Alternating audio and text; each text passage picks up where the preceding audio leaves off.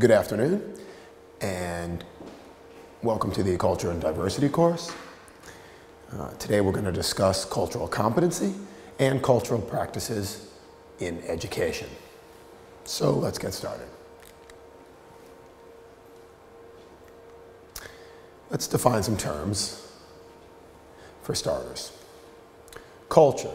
We've talked about this before, but let's review it again as it's obviously a critical term. Culture means, or is herein defined as the learned traditions, the principles, and the guides of behavior that are shared among members of a particular group. Culture includes codes of behavior, values, and norms, beliefs, customs, communications, or the way we do things here. Art, music, food, literature, and clothing are all visible aspects of culture. Ethnic groups have cultures. Businesses have their own cultures. Neighborhoods have their own cultures. Culture is a dynamic entity, and it changes or evolves over time. Within cultures, there is diversity, and we should know, or you should know, we all should know, that each person is a member of many cultures. That is, it's possible, indeed likely, that you will be a member of a number of different cultures simultaneously.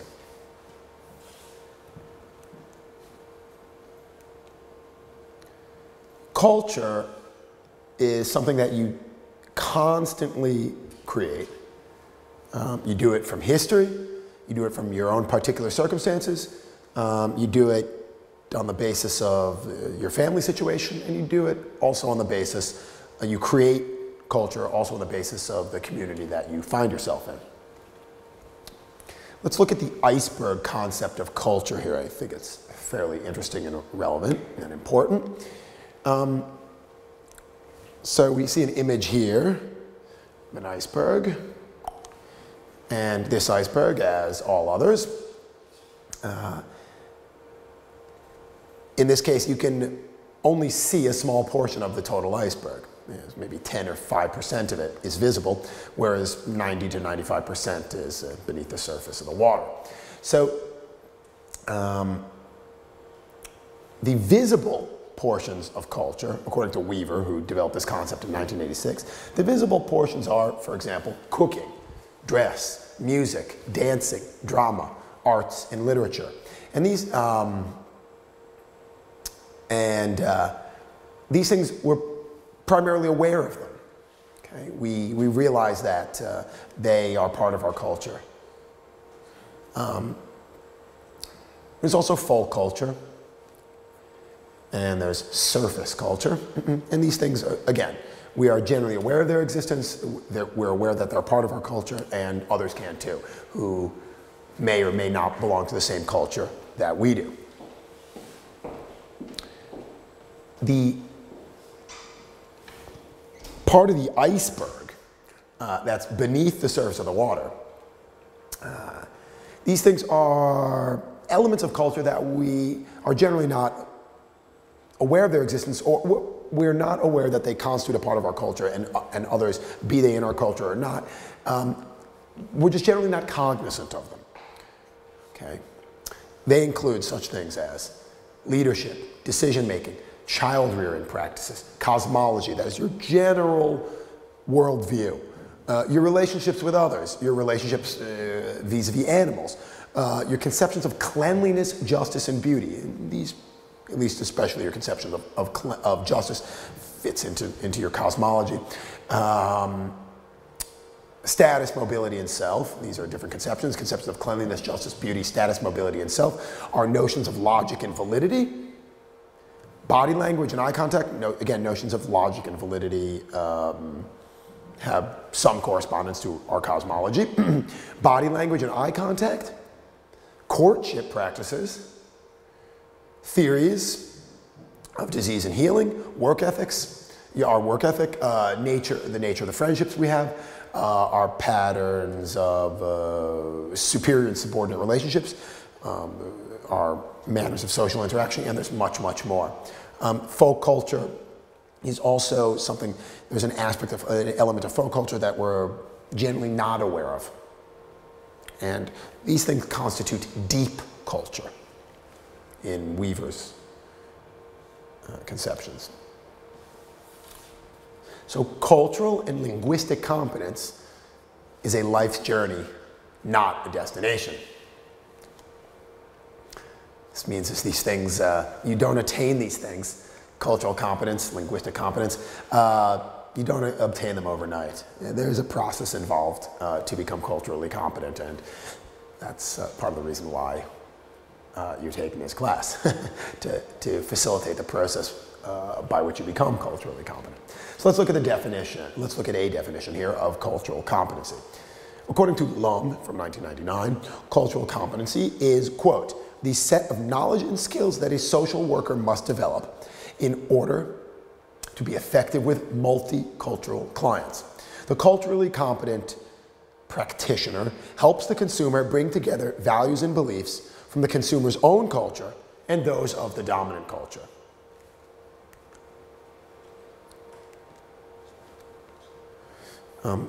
Again, dealing here with a definition of cultural competency. It's important to develop a set of knowledge and skills in order to be effective when working with multicultural clients. This is fairly self-explanatory. Again, continuing with the definition of cultural competency and the utility and applications of this. It is the integration and transformation of knowledge about individuals and groups of people into specific standards, policies, practices, and attitudes used in appropriate cultural settings to increase the quality of services, thereby producing better outcomes.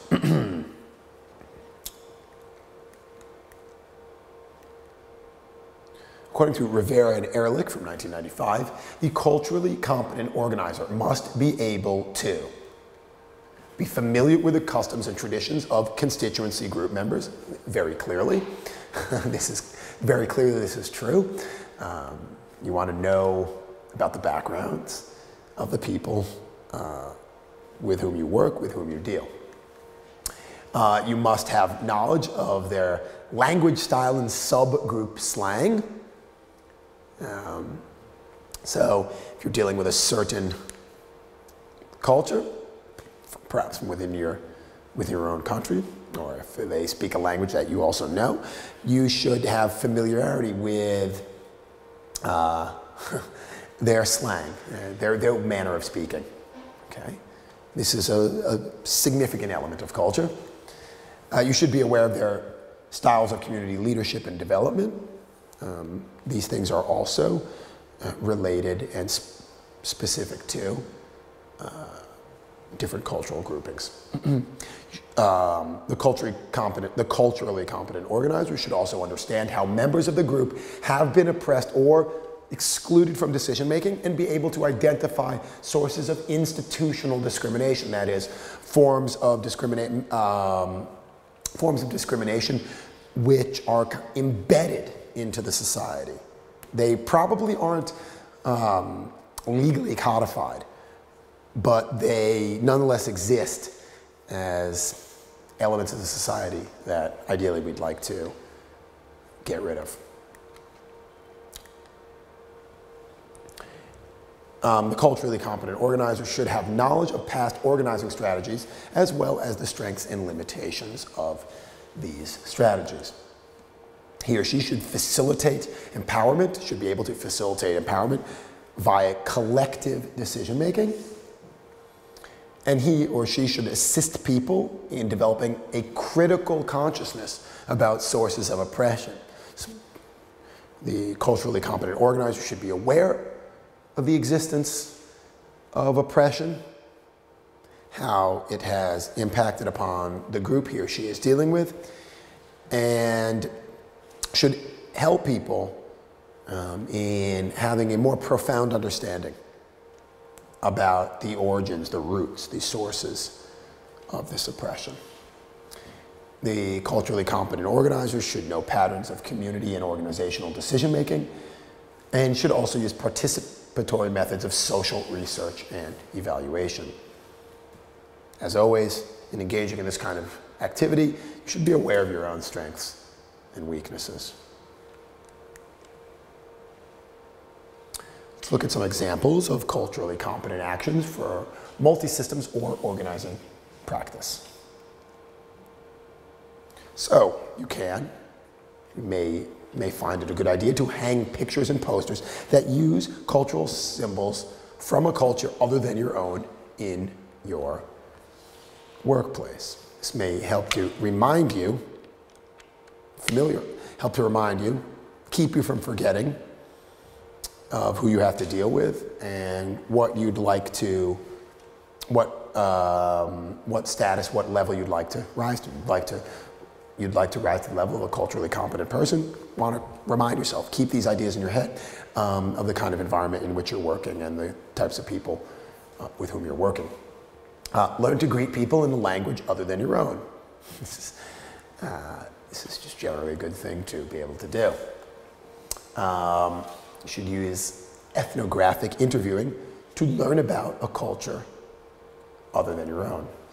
So find out about the backgrounds of people, find out about their ethnic backgrounds, and this, especially if these people are not from the same culture as you.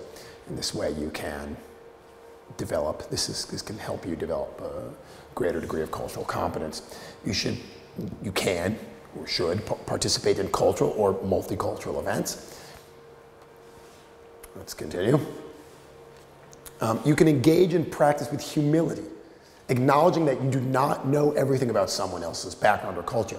Become an active learner and engage in mutual learning. This is very important. Learn from the people with whom you're dealing.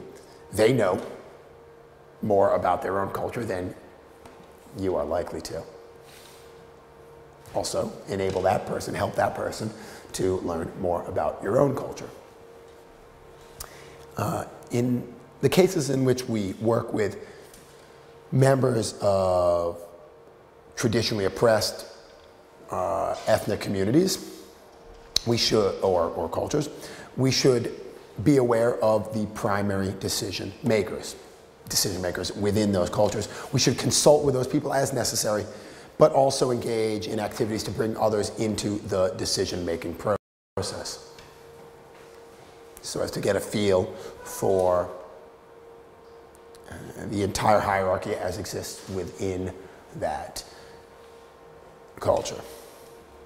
In the organizing process, it's important to use cultural symbols and music. Facilitate the process of organizing. In the development of cultural competence, it's very important that we develop an awareness of personal values, assumptions, and biases. We all have such biases. We all have such assumptions, which may or may not be grounded in reality. We all have values, and we should not pretend that these things don't exist. We should be open with ourselves about what we believe and if those things may be not grounded in an objective reading of the available facts and of the understanding of the realities as they exist. We should establish, in terms of the development of cultural competence, we should establish an appreciation of other cultures and nurture attitudes that respect differences. Again, this deals with being honest with ourselves. So if we're going to deal with people from other cultures, we have to inform ourselves about those cultures and really strive to take an active interest, not only in knowing about them, but also appreciating them and understanding that they're different. Whereas while they may be different, that does not imply inferiority in any way whatsoever. We should endeavor to gain a self-awareness regarding our own culture and belief system and how that might influence interaction with clients from other cultural backgrounds. We should recognize stereotypes and oppression of various groups. We should not pretend that these things do not exist. We should not pretend that all cultures have historically or even now have been in a position of equality before the law or in terms of their actual position in the social hierarchy. We should commit to learning about different cultures, especially, though not only, if we are dealing with people from those cultures.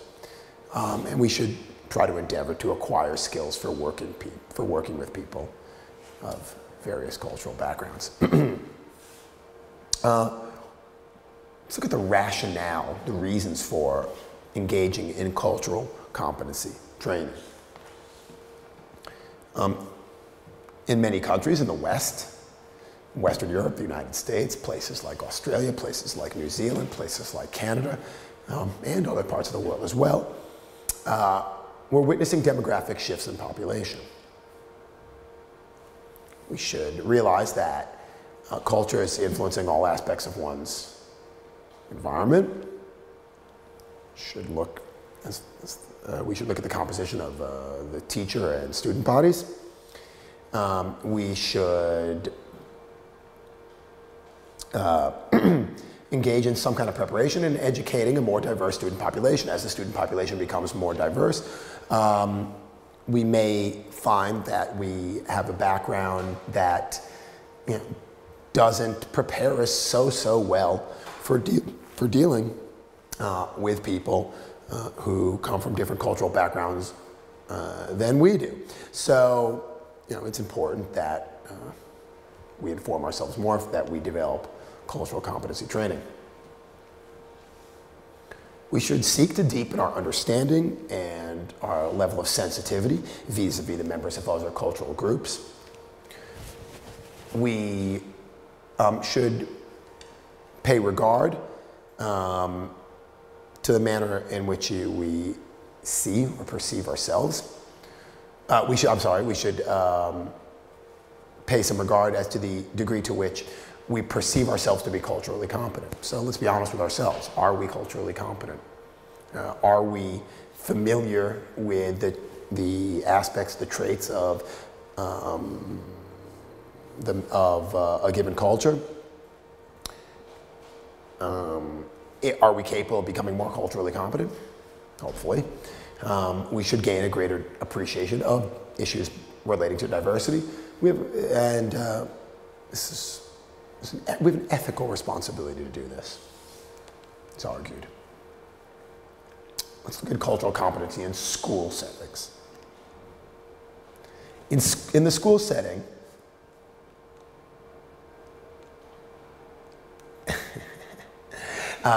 cultural competency involves the ability to acquire knowledge of education-related beliefs, attitudes, and practices so as to improve student achievement. That's the goal here.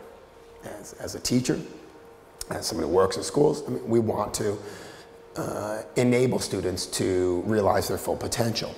So cultural competency in school settings involves the ability to acquire knowledge of education-related beliefs, attitudes, and practices of the members of different cultures towards the end of improving student achievement. It is a developmental process occurring along a continuum from cultural destructiveness on the one hand to cultural incapacity, to cultural blindness, to cultural pre-competence, to our goal, cultural competence and cultural proficiency.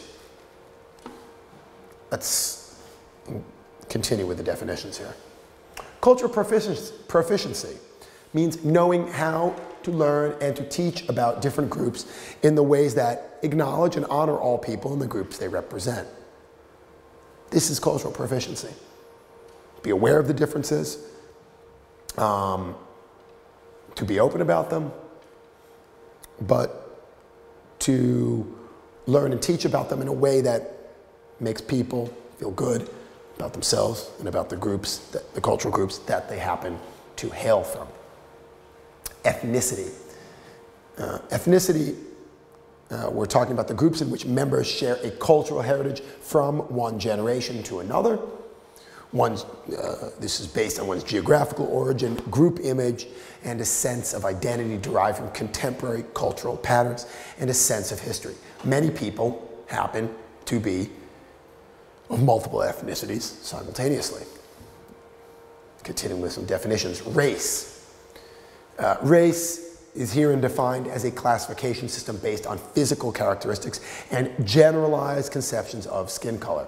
It is, and as I've mentioned before, we've talked about before in this class, race is a political and social construct that is most often important in societies with a history of oppressing specific groups. The point I made repeatedly and is implicitly made here is that race is not a biologically legitimate category. Race is a sociological construct.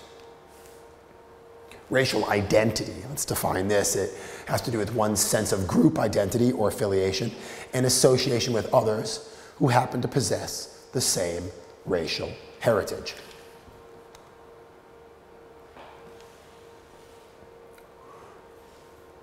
There are many terms that we can use to describe the work, this work concepts.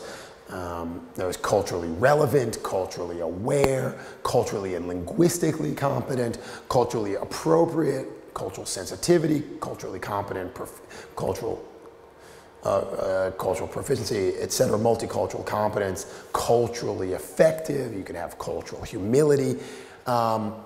These are just different terms. Linguistically competent. These are just many terms, and they're describing work and this just same concept. Let's look here more in depth at a cultural competence model which was elaborated by Mason and other scholars back in 1996. So we're looking at this continuum of cultural practices. At one end, we have cultural destructiveness. This is defined as the refusal to acknowledge the presence or importance of cultural differences. Differences are punished and suppressed. Schools endorse the myth of universality. So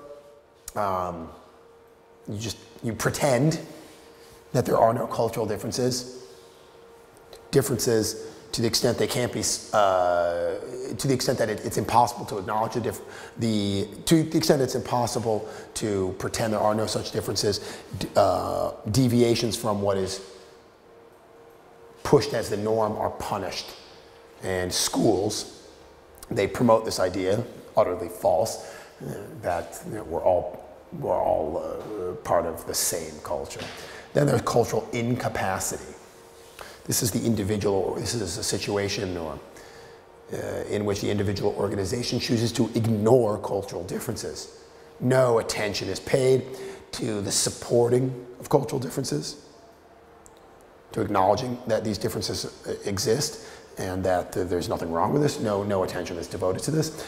Emphasis may be on the cognitive growth and maturity of youngsters versus addressing the issues of cultural awareness. So there's a one-size-fits-all approach in terms of dealing with the maturation process of young people. They're dealing with their intellectual growth, and there's little, if any, attention paid to gaining an awareness of the cultural differences that exist between you as the worker in the school, perhaps teacher, and your students on the other hand, and also between students who come from different backgrounds. There's cultural blindness in this model developed by Mason and others. This is here defined as a situation whereby individuals and organizations believe that cultural differences are not very important. People are viewed through a Western cultural mainstream lens. In the United States, you're talking about white people, probably Christian. Men, you're talking about segments of the population that have historically dominated those societies. Probably you're talking about the perspective of a wealthy white male, probably from a Christian background. Messages are communicated to students that their culture is of little consequence to the learning experience. This is cultural blindness. It reflects a refusal or an inability to understand that your culture does play a role, and a significant one, in terms of the experience of learning. It's getting from point A to point B, of becoming a more educated person. Your culture does, in fact, play a critical role at various steps in this process. Mason talks about cultural pre-competence and defines it as a situation whereby the individual or organization recognizes and responds to cultural differences. There is an open acknowledgement of the need for cultural competence. Educators may seek out new information regarding diversity by attending training sessions or interacting with those individuals who have insider cultural information. That is, they belong to a different culture and they're willing to share what they know about their own culture.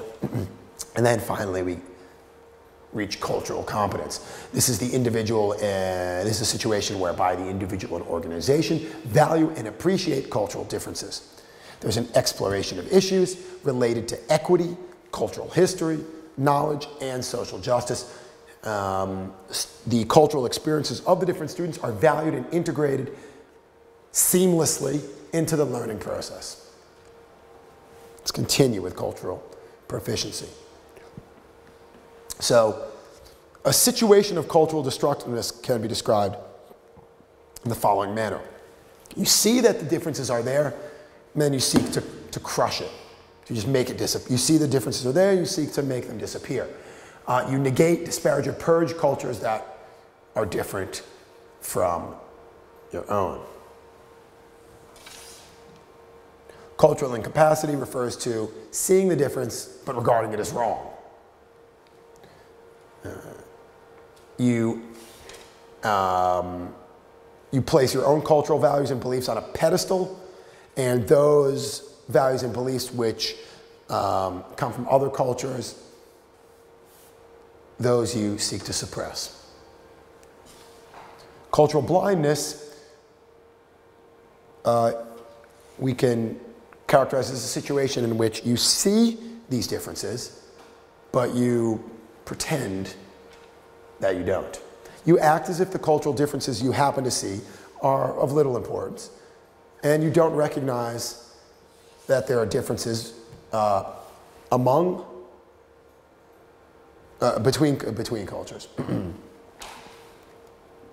Let's continue. Cultural pre-competence. You see the differences, but your response is not at the level it needs to be.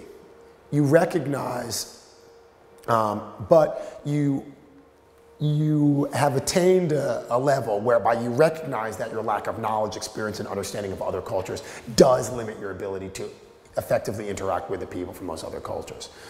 So here you're saying, well, you know, I'm making progress. I realize the differences are there, but I haven't yet attained, and you're open, you're honest with yourself and with others. You acknowledge that you haven't yet attained a level of familiarity with these other cultures, and the fact that you haven't attained this level is, you openly admit, it prevents you from interacting with them in the best manner possible. Cultural competence. This is you see the cultural differences that exist, you understand in a fairly profound manner you understand these differences and the differences that these differences generate. You are able to interact with members of other cultures in manners that serve to recognize and value their differences. Cultural proficiency, you see the difference and you respond. You honor the differences among cultures, viewing diversity as a benefit. And you interact knowledgeably and respectfully among a variety of cultural groups. Let's look now at Peterson's development model. Here there's awareness. This is defined as the consciousness of one's own attitudes and biases, as well as the socio-political issues that confront culturally different youngsters. It's important to have cultural awareness. It's important to engage in it's important to engage in introspective behavior, to look upon your own views, to understand what your own views are, your own beliefs are about members of other cultures, and to understand that you probably have biases. And you should also understand that there are political controversies which are related to the existence of different cultures, and you should understand how young people, how students, confront these particular issues. In Peterson's developmental model, there's knowledge. That means simply the accumulation of real, objective, factual information about different cultural groups. We all want to have cultural knowledge, as well as awareness. Cultural skills in Peterson's developmental model, that refers to the integration of awareness competencies to positively impact children from culturally distinct groups. Peterson has developed the term attitude. It's the belief that differences are valuable and that change is necessary and positive. Each domain builds successively on the previous one, such that mastery of an earlier domain is necessary before proceeding to subsequent domains. So before you have awareness, before you have knowledge, you need to have awareness. Before you have skills, you need to have knowledge. Before you have attitude in this model, you need to have the skills. That's what that refers to. Knowledge. Knowledge is predicated on you understanding your own cultural heritage, and you're acknowledging, you're being open about how it affects your values and assumptions about others. Your values about the rest of the world and your assumptions. Knowledge also refers to the understanding of other worldviews and perspectives. That is not just being aware of their existence, though that also, but having a fairly profound, comprehension of what these views are all about, and perhaps where they come from. What are the possible origins of these views? Knowledge entails an understanding of how social change does occur. Knowledge is herein, knowledge in this model also refers to familiarity with the existence of institutional oppression and power, and its nature, the mechanisms by which these things function, the consequences that they have, both on privileged groups and on oppressed, mistreated, exploited groups. Knowledge also means here the understanding that there do exist unjust, institutional, embedded, socially, culturally embedded barriers that exist for diverse groups of people. Let's continue with knowledge. Knowledge demonstrates a realization and understanding of internalized oppression and its impact on identity. Internalized oppression, what this refers to is the behavior, the patterns of behavior of a member of a group that was historically mistreated, and in many cases, and the famous writer and participant in the Algerian Revolution against French colonialism referred to this, the people who are the members of the exploited group, the oppressed group, they come to view themselves internally as inferior to the members of the dominant group. Okay? So knowledge, again, it demonstrates a realization and understanding of internalized oppression and its impact on identity and self-esteem. Other examples can be provided. Children from black families in the middle of the 20th century in the United States, when there still existed segregation and the overt denial of basic rights, basic democratic rights, such as the right to vote within the southern part of the United States. Black children were shown dolls, dolls of blacks and dolls of whites. And the children had internalized the oppression so that a disproportionately high portion of them preferred the white dolls. Okay. Knowledge entails an understanding of how class, gender, that is the cultural aspect of sex, race, and so on and so forth, impact individuals and their experiences. Knowledge implies an understanding of the way that cultural differences affect verbal and nonverbal communication, and the notion of personal space. Culture is such a pervasive entity, such a critical phenomenon that it does impact, though we may not be aware of this unless we think about it, which outside of this class most people don't do.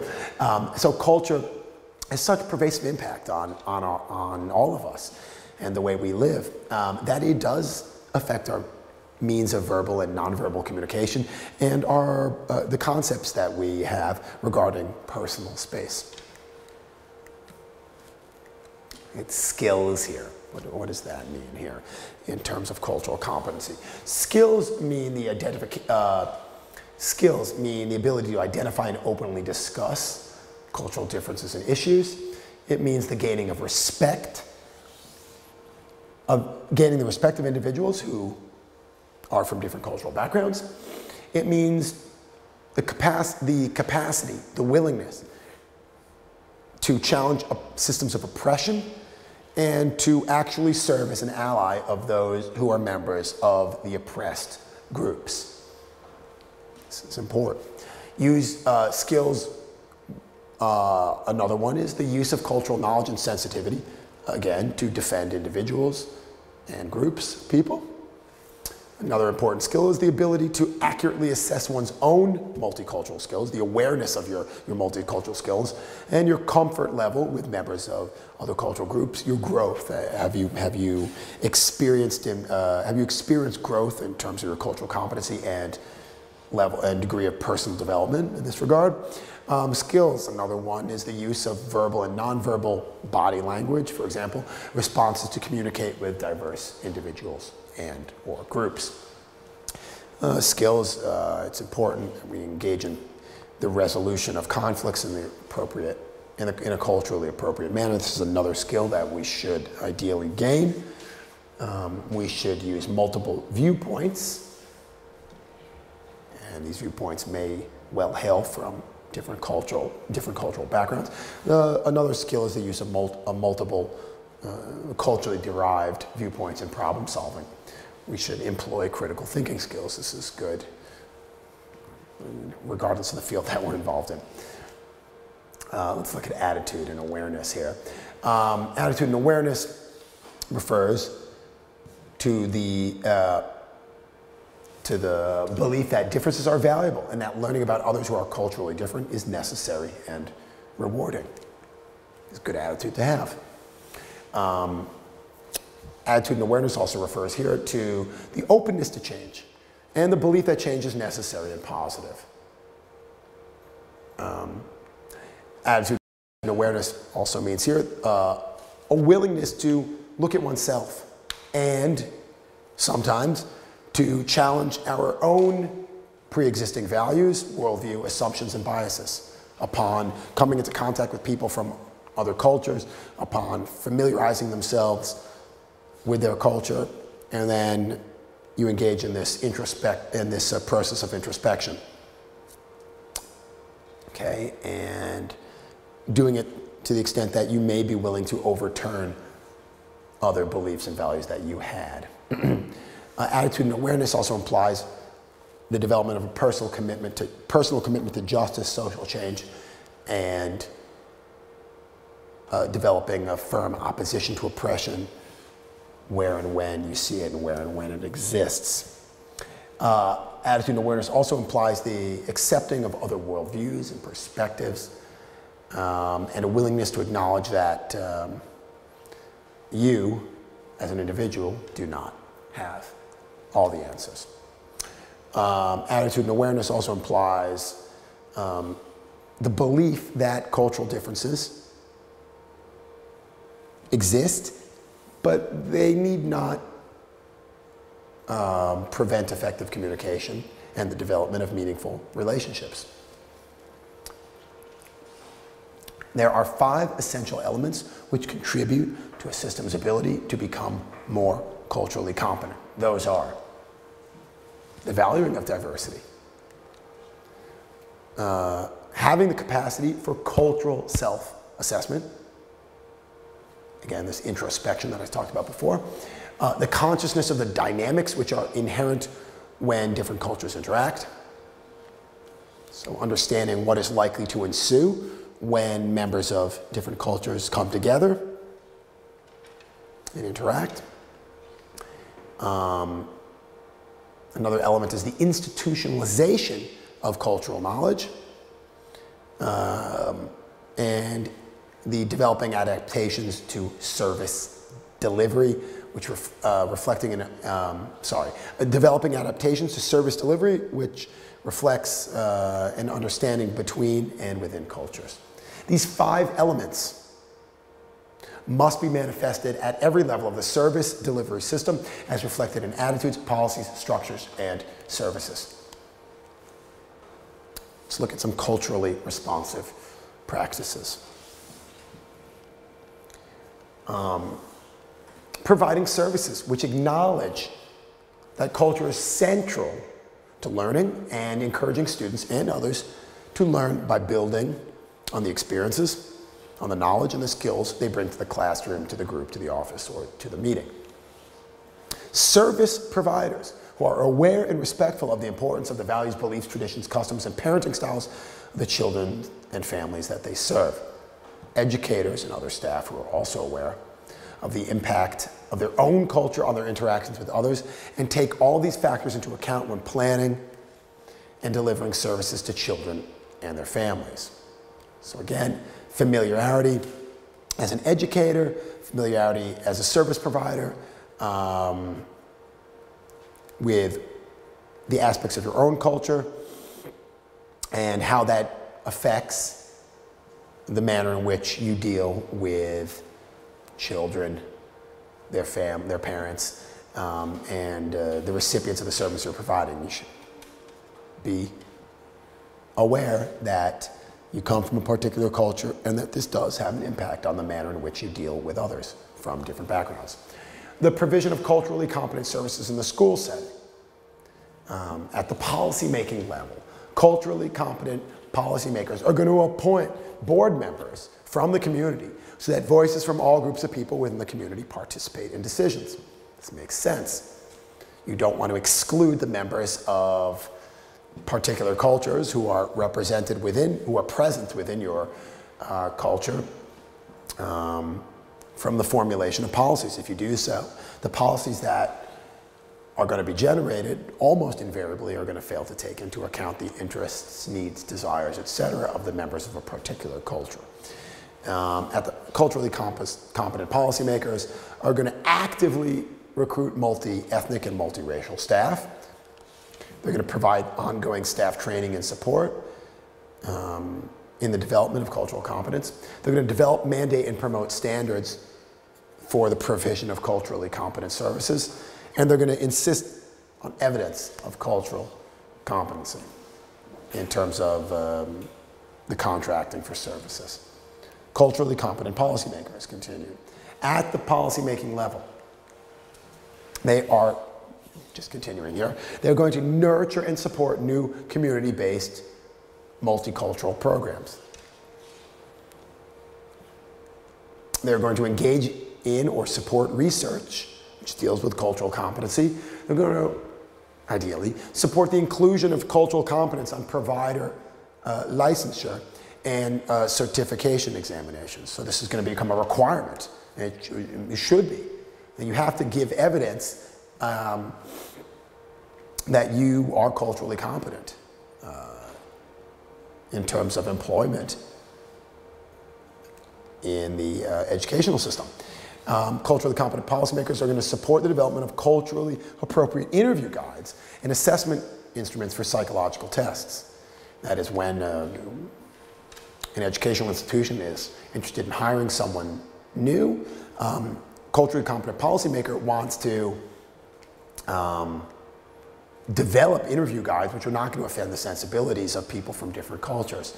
And the culturally competent policymaker will seek to develop means for evaluating the results of psychological tests, because the cultural differences that we have are going to impact on the manner in which we respond to questions given to us in psychological evaluations or tests. At the administrative level, administrators who are culturally competent are going to include cultural competency requirements in staff job descriptions. And they're going to be open about and discuss, make clear the importance of cultural awareness and competency with people who may be hired. They are going to ensure that all staff participate in regular in-service cultural competency training. This is very important because the attaining and then the maintaining of cultural competence, these things are a process. They're not something that you attain overnight. And in fact, your degree of cultural competency can erode over time if you don't keep up and seek to maintain proficiency in this regard or competency in this regard. The culturally competent administrators are going to promote programs that respect and incorporate cultural differences. They're going to consider whether the facility, the educational facility's physical plant, hours, and staffing are accessible, whether its physical appearance is respectful of different cultural groups. At the service level, at the level of the provision of services, educators and related service personnel who are culturally competent are going to learn as much as they possibly can about a student or family's culture, while simultaneously recognizing the influence of their own background on the way they respond to cultural differences, the way they respond to cultural differences once they establish that they do in fact exist. Educators and related service personnel who are culturally competent are going to seek to include neighborhood and community outreach efforts and involve community cultural leaders if possible.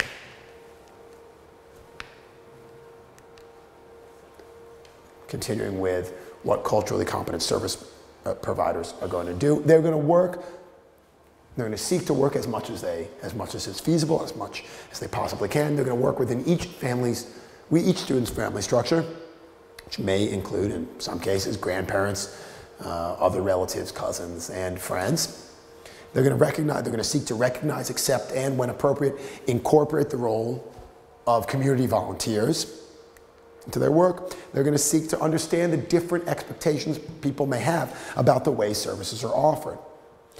For example, a period of social conversation may be necessary before each contact with a person, or access to a family may be gained through an elder. Culturally competent service providers, talking about educators and related service personnel, are going to seek to adhere to traditions relating to gender and age that may play a part in particular cultures. Let's look at the cultural competence checklist for success. It's important to make the setting and environment more welcoming and attractive based on families' cultural mores. The flip side of this is that you want to make the setting and environment, you want to structure it in such a way, you want to create it in such a way that it's not going to offend anybody's cultural sensibilities. It's very important that we do not engage in stereotyping and that we don't inappropriately apply scientific knowledge that we may have. Another element of the checklist is the inclusion of community input at the development and planning stage of different projects. Another element of the checklist is the use of educational approaches and materials that will capture the attention of your intended audience. So educational approaches and materials that may have been designed for upper middle class white Protestants from the American Midwest, probably not going to be particularly appropriate for use in majority Muslim schools in, let's say, Bosnia. Another element of this cultural competence checklist for success would be finding ways to partner to develop a good working and mutually beneficial relationship with the community. that you find yourself in. You should understand there's no recipe. There's no formal blueprint. Should, in terms of hiring practices, you should seek to hire staff that reflect as much as possible the client population that you're dealing with. You should understand cultural competency is an evolving process. It's a dynamic process. It's not, so again, it's not something that you're just going to develop overnight. And it is something that you can, in stages, lose if you don't keep up to speed on this, if you don't seek to continually inform yourself, continually learn more about the different cultures that about the different cultures whose members you happen to work with. It's important to be creative in finding methods to communicate with population groups that have limited English-speaking proficiency. I mean, this obviously applies to people who are working in cultures, or in countries where English is the majority language. This is just a continuation of the cultural competency checklist for success. Let's look at what Lopez, Rogers, and other scholars in 1999 entitled the 6 domains of culturally competent service delivery. They're legal and ethical issues. This means the knowledge of local, state, and federal laws and regulations, awareness of litigation, and understanding of ethics as they pertain to people from different cultural, racial, sex, sexual orientation backgrounds, etc.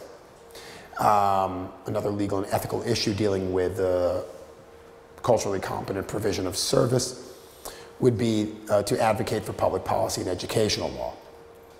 School culture, educational policy, and institutional advocacy in terms of providing culturally competent services in these domains. You're going to want to have knowledge of aspects of organizational culture that promote achievement and mental health for culturally and linguistically CLD students. It's important you play a leadership. It's important that you play a leadership role in the implementation of supportive intervention for culturally and linguistically diverse students and their families. Let's look at psychoeducational assessment.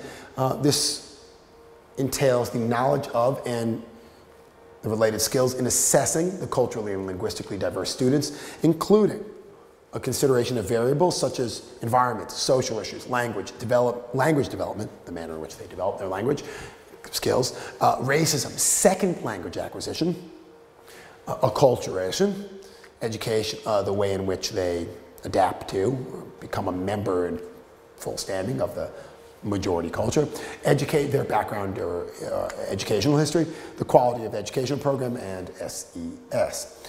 The understanding, this is important in engaging in psychoeducational assessment, it's important that there's an understanding that norm tests, that one-size-fits-all tests that are given to everybody in a given, every student who's perhaps in the public school system of a given country, you should have an understanding that norm tests may not be a valid measure for English language learners, ELLs, that is, people who are learning English as a second or third or not their native language, due to the inappropriateness of norms, scores reflecting English proficiency, products as opposed to process orientation, fairness of content, and differences in educational background, acculturation, and economic situation.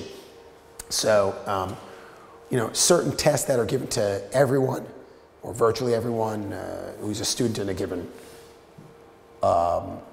country, you should be aware that, you know, if the test deal with English proficiency, I mean, obviously, in most cases, people who speak English for whom English is not their first language are not going to do as well.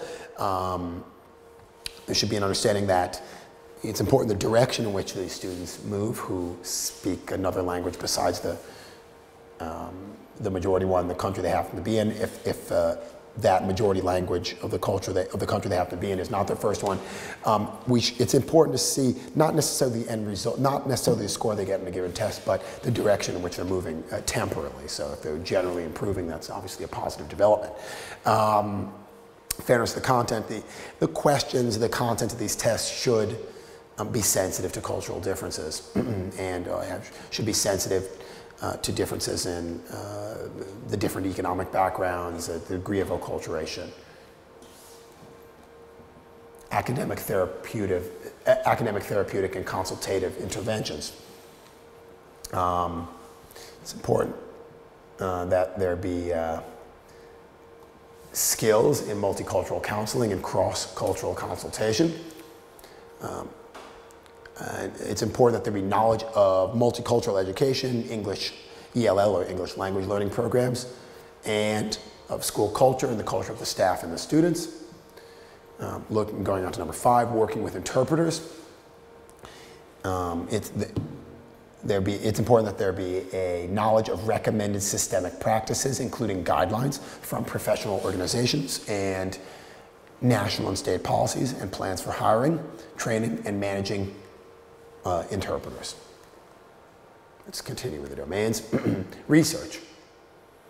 It's important that there be knowledge of research related to culture and language issues and the ability to conduct research which is sensitive to cross-cultural issues. There should be an awareness, in this case, of emic-ethic distinctions. Emic refers to behaviors or views that are common to an ethnic or minority group. Ethic refers to aspects of human functioning that are more universal to people across cultures. Let's look at the integration of cultural knowledge. This refers to the knowledge developed regarding culture and cultural dynamics. These must be integrated into every facet of a school, every facet of a program, every facet of a government or some other kind of private agency. Staff must be trained and effectively utilize the knowledge gained.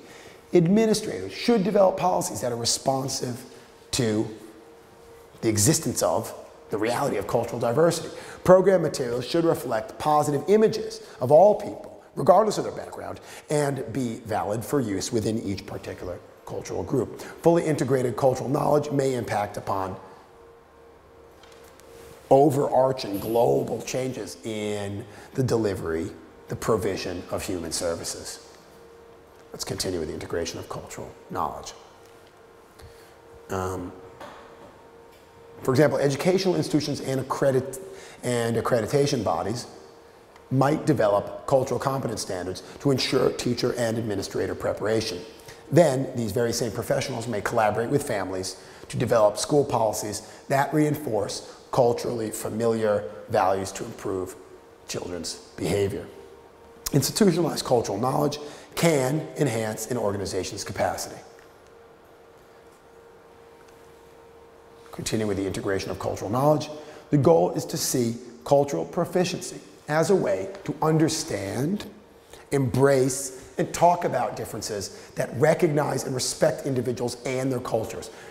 So, being culturally proficient means raising awareness of and closing the gap, diminishing